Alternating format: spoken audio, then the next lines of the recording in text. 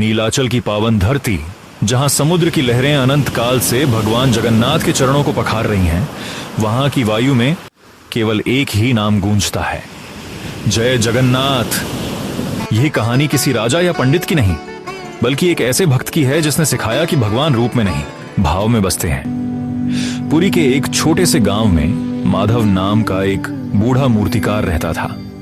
माधव का जीवन लकड़ी के लट्ठों को जीवंत करने में बीत गया था।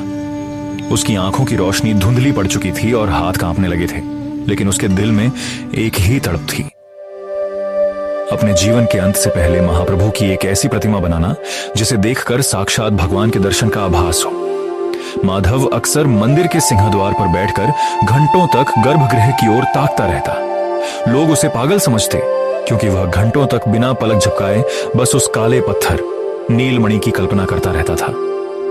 एक रात जब आषाढ़ की बारिश झमाझम बरस रही थी, माधव को स्वप्न में एक दिव्य प्रकाश दिखाई दिया। उस प्रकाश के बीचों बीच एक सांवली सूरत मुस्कुराहट बिखेर रही थी। माधव, तू मुझे ढूंढ रहा है? मैं तो तेरे भीतर हूं, पर यदि तू मेरा रूप गढ़ना चाहता है तो कल सूर्योदय के समय समुद्र तट पर जाना। वहां तुझे एक दिव्य दारू, लकड़ी का लट्ठा मिलेगा, उसी से मेरा विग्रह बनाना। माधव की आंखें खुल गईं। उसके शरीर में जैसे नवजीवन का संचार हो गया था।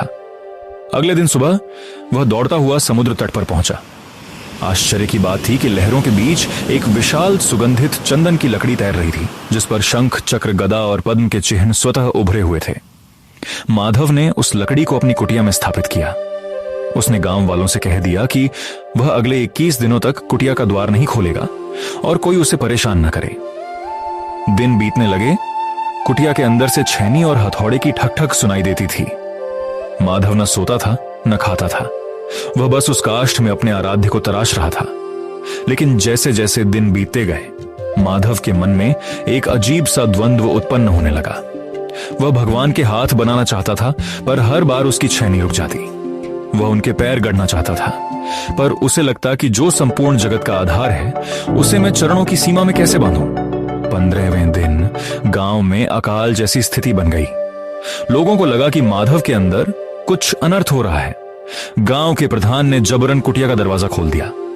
भीतर का दृश्य देखकर सब स्तब्ध रह गए। माधव बेसुध जमीन पर पड़ा था और सामने 3 अधूरी मूर्तियां थीं।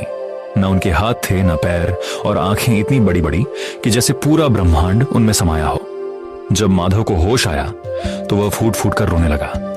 हे प्रभु, मैं पापी हूं। मैं आपका रूप पूर्ण नहीं कर पाया। लोग आपको इस अधूरे रूप में कैसे पूजेंगे? आपके हाथ कहां हैं जिनसे आप भक्तों को गले लगाते हैं? आपके पैर कहां हैं जिनसे आप दौड़कर शरण में आए भक्त की रक्षा करते हैं? तभी मंदिर के मुख्य पुजारी, जिन्हें स्वयं जगन्नाथ जी ने स्वप्न दिया था, वहां पहुंचे। उन्होंने माधव को उठाकर गले लगा लिया और कहा, माधव, तू जिसे अधूरा समझ रहा है, वही महाप्रभु का सबसे पूर्ण रूप है। ये बड़े बड़े नेत्र यह बताते हैं कि वे संसार के हर जीव पर अपनी कृपा दृष्टि रखते हैं। उनके हाथ नहीं हैं, क्योंकि वे बिना हाथों के भी सारा जगत चलाते हैं और भक्त के भाव मात्र से उसे थाम लेते हैं। उनके पैर नहीं हैं, क्योंकि वे हर भक्त के हृदय में स्थिर हैं। उन्हें कहीं जाने की आवश्यकता नहीं। रथ यात्रा का दिन आया। माधव की बनाई उन्हीं अधूरी मूर्तियों को रथ पर विराजमान किया गया। माधव भीड़ में सबसे पीछे खड़ा था। अपनी धुंधली आंखों से अपने आराध्य को देख रहा था। उसे अपनी कला पर लज्जा आ रही थी। तभी एक चमत्कार हुआ। भारी भीड़ के बीच रथ अचानक रुक गया। सैकड़ों लोग खींच रहे थे, पर रथ टस से मस नहीं हुआ। राजा परेशान थे, भक्त व्याकुल थे। अचानक एक बूढ़ी औरत चिल्लाई, माधव कहां है? भगवान अपने भक्त को ढूंढ रहे हैं। माधव को धक्का देते हुए रथ के पास लाया गया। जैसे ही माधव ने कांपते हाथों से रथ की रस्सी छुई, महाप्रभु का रथ ऐसे चलने लगा जैसे वह भस्से हवा में तैर रहा हो। माधव की आंखों से अश्रुधारा बह निकली। उसे समझ आ गया कि भगवान को सोने चांदी के गहने या पूर्ण शरीर नहीं चाहिए, उन्हें तो बस अपने भक्त का सच्चा और सरल भाव चाहिए।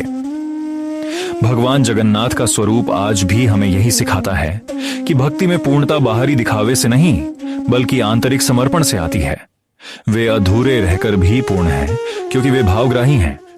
आज भी जब हम जगन्नाथ जी की उन बड़ी बड़ी आंखों को देखते हैं, तो ऐसा लगता है जैसे वे कह रहे हों, तू बस मेरा हाथ थाम ले, मैं तुझे इस भवसागर से पार उतार दूंगा। जय जगन्नाथ। अगर आपको ऐसी भक्ति से भरी कहानियां पसंद हैं तो वीडियो को लाइक करें, शेयर करें और चैनल को सब्सक्राइब जरूर करें।